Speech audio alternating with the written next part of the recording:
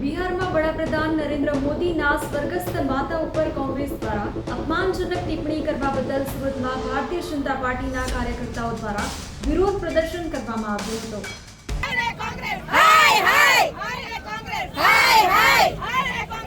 Doctor Jagrutiben Desai, सूरत महानगर महिला मोर्चा महामंत्री, आज आदरणीय यशस्वी वडाप्रधान नरेंद्रभाई मोदीना माता स्वर्गीय माता हीराबा विषे कांग्रेसना अध्यक्ष राहुल गांधी द्वारा खूब अभद्र शब्दों टिप्पणी करवामां आवी छे.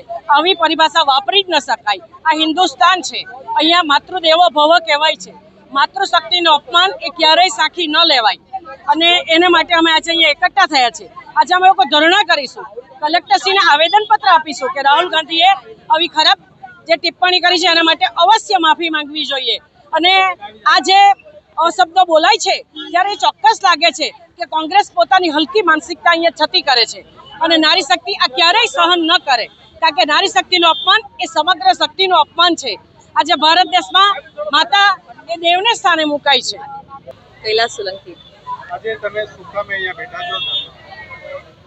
વિચલિત અને વિકૃત માનસિકતા ધરાવતી કોંગ્રેસ કે જેણે આપણા પ્રધાનમંત્રી આદરણીય શ્રી નરેન્દ્રભાઈ મોદીજીની માતાનું અપમાન કર્યું છે, એના વિરોધમાં અમે અહીં બેઠા છીએ.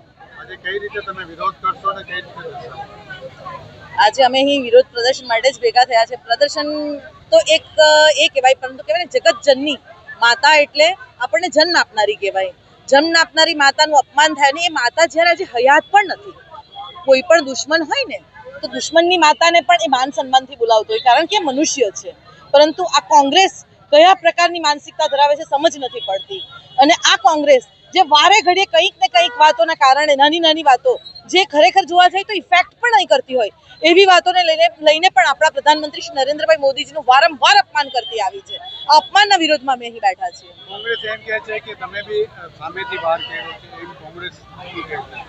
અમારી ભારતીય જનતા પાર્ટીની સરકાર એવી છે, સામેથી વાર કરનારી જ નથી. એ તો વિકાસમાં માનનારી છે અને વિકાસમાં જ એટલી બધી બિઝી છે કે એમને વાર કરવાની જરૂર જ નથી પડતી. કાલે અસલમભાઈ સાયકલવાળાએ એક ઇન્ટરવ્યુ આપ્યું તો એમાં એમ કીધું કે કોંગ્રેસને ઓફિસ ઉપર તોડફોડ તમે બીજેપી ક્યારે આ પ્રકારની માનસિકતા ધરાવતી જ નથી. અસલમ સાયકલવાળા હંમેશા ને હંમેશા કંઈક ને કંઈક કારણે ભાજપ સાથે પંખે બખેડા લેવા માટે રેડી જ હોય છે, કારણ કે એમને હંમેશા લાઇમલાઇટમાં આવવું હોય છે.